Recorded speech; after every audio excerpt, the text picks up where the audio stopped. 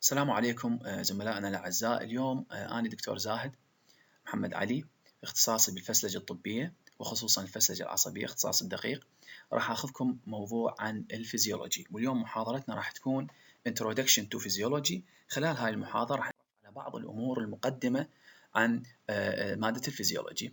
Objectives of our lecture is to know or name the connection of the cell to the intracellular and extracellular compartment. Also, we know the process of transport of substances across the cell membrane. And finally, we should know some points about the proteins and their contribution to membrane permeability and transport. We know that our body composed of millions and millions and trillions of cells. These cells uh, uh, these cells have a specific function in every organ and tissue in our body. These cells sink in a fluid called the extracellular fluid, from which this fluid the cells get important nutrients like glucose, oxygen and others, and get rid of certain waste products like urea and others. The extracellular fluid is divided into three compartments. The first one is the interstitial fluid. This fluid surrounds the cell and transport of substances across the membrane with it. The cell transports substances across the cell membrane with this interstitial fluid. The other compartment is the blood plasma, which circulate in the cardiovascular system. And the third compartment is the lymphatic system, or the lymph, which transport the excess of the interstitial fluid into the blood plasma. Any abnormal distribution or disease in this process will result in accumulation of fluid in the interstitial spaces, resulting in formation of edema, which it will be discussed later in the cardiovascular physiology. Another important part is to know about the pH. pH is defined as, or pH of solution is defined as, it is the negative logarithm of the hydrogen ion concentration. pH is very important. Our body has a narrow range of pH. This narrow range about 7.35 to 7.45. This narrow range is very important for the function of our enzymes, hormones, and proteins. And any derangement above or below this will result in, طبعا above this we call it alkalosis, and below this طبعا below 7 راح نسميه acidosis. Any derangement in this level will result in يعني important or severe derangement in the function of our body. Acidosis or alkalosis might be caused by respiratory causes or metabolic causes, and will be discussed later if we have enough time. Also, we all know about the cell membrane. It surrounds the cell, it protects the cell, and has very important function in that it is a semi-permeable membrane.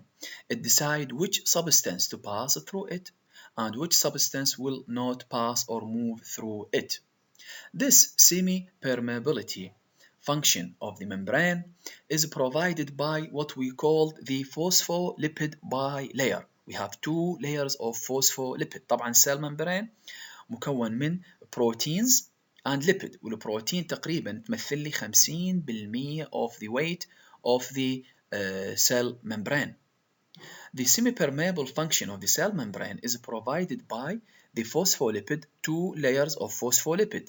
Each molecule of phospholipid has a head and a tail. The head is soluble in water and called hydrophilic, while the tail is insoluble in water and called hydrophobic. These two, the two heads faces the extracellular fluid, one face the extracellular fluid and the other face the intracellular, while the hydrophobic end faces each other and is present to the inside of the membrane. This will help in preventing the movement of the ions freely through the cell membrane.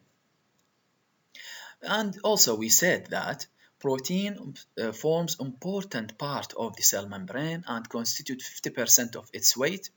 These proteins either it span the whole length of the membrane and called what we call integral protein, or it is present on one side of the membrane and called peripheral protein. Protein of the cell membrane exert many important functions. One of these functions is that we all know that it forms a selective channels for the transport of substances across the membrane, like sodium, calcium, and glucose all pass through the cell membrane through the protein channels. Also, we know that the protein function as enzymes to catalyze certain reaction or inhibit certain reaction. Also, it might function as a receptor on the cell membrane for the hormones and other ligands. Also, it might act as identity marker. Protein might act as cell adhesion molecule, what we call CAMS, cell adhesion molecule. It is recently has important part in the or important role in the scientific research and literature. And finally, for the attachment of the cell with the cytoskeleton present inside the cell to help to support and fix the cell and stabilize the cytoskeleton inside it. Now, how substances are transported from the inside or outside of the membrane? How substances move through the membrane? There are many ways of movement. One of these ways is the endocytosis and exocytosis. By this way, this is a simple form of movement. If in case of endocytosis, when a certain substance is needed, the cell membrane will form an invagination surround this substance and make a vesicle that enter to the inside of the cell, to the cytoplasm of the cell, and then it will be used by the inside of the cell. The reverse for exocytosis, when a vesicle containing an unwanted substance will move to the membrane, fuse with the plasma membrane, and release its content to the outside. This is one of the examples of transport across the membrane. Endocytosis is of two types, and we have two examples of it. The first one is the phagocytosis. We all know the process of phagocytosis, which is used by the macrophages and the neutrophils to engulf the bacteria and dead tissues. When this approach to that particle, it will surround it by pseudopods and engulf it to the inside of the cell. This is called phagocytosis. While another part is called pinocytosis, and it is used for the water soluble substances. By this way, the cell will engulf fluid with its soluble substances inside it to be used for the inside of the cell for certain function. طبعا the transport across the cell membrane we have certain substances that have small molecular weight and unpolar or uncharged. These substances like O2, CO2 and nitrogen, these substances move freely across the cell membrane because they are small and unpolar, don't have a charge. While other substances like water, it moves through certain channels called aquaporins. These aquaporins are open to water, and the movement of water to the inside and outside of the cell depend on the osmolarity and tonicity of the cell and the surrounding extracellular fluid.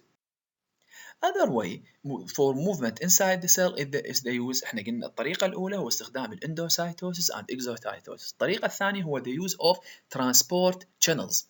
The transport channels present, as we said, they are proteins. They present in the cell membrane and function to transport substances to the inside of the cell. طبعا these channels are selective. This selectivity takes many forms. One of these forms is the voltage gated channels. Voltage gated channels is a well-known example of the transport. We all know it, the channels for the sodium that is used for the action potential.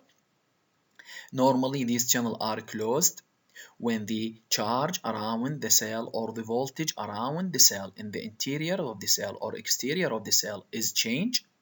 This will result in opening of the channel and sodium will flow to the inside of the cell, resulting in action potential. طبعا this depends on the charge. Another selective or another way for selectivity of the protein channel is the ligand gated channel. That is mean the channel is closed under normal condition, but when the ligand in this example is acetylcholine, when this ligand attached to the cell, it will result in opening of the channel and movement of the ions to the inside of the cell, and this is example of يعني action potential in a certain type of muscle اللي يصير بعملية الأكشن potential in response to the presence of acetylcholine. هذا أيضا راح ناخذه و discuss it later. طبعا أيضا الترانسبورت across the cell membrane أيضا نعرفه، قلنا ممكن يكون diffusion مثال عليه هو الووتر، أو ممكن يكون facilitated diffusion أيضا without the use of energy، وأخيرا هو the active transport لما يكون اعتمادا على استخدام الانرجي، لما احنا الشانل تستخدم هاي يعني الخلية راح تدخل أو تخرج مواد اعتمادا على استهلاك الانرجي، استهلاك ال ATP. classical example of this way of transport is sodium potassium ATPase. الخلية راح تخرج الاكسس صوديوم وتدخل بوتاسيوم حتى تحافظ على الممبرين بوتنشال مالتها، أيضا راح ناخذها بالمحاضرات القادمة. Also we have a classification of channels. Channels is classified or are classified according to the substance that move through it. We have channels that are uniporter. That means it allows only one substance to move through it and in one direction. An example of that is the glucose channel GLUT1 present in the blood vessel. Another example of the channel is the syn-porter or the syn-porter that transport two substances and in one direction. An example of that is the transport of glucose and sodium from the intestinal lumen to the inside of the intestinal cell by absorption. It will absorb glucose and sodium at the same time and in one direction. Another kind of channel is the antiporter. That means it transports one substance in one direction and other substance to the other direction. And the classical example of that is the sodium calcium channel, which transports sodium to the outside of the cell and calcium to the inside of the cell to maintain the calcium concentration inside the cell.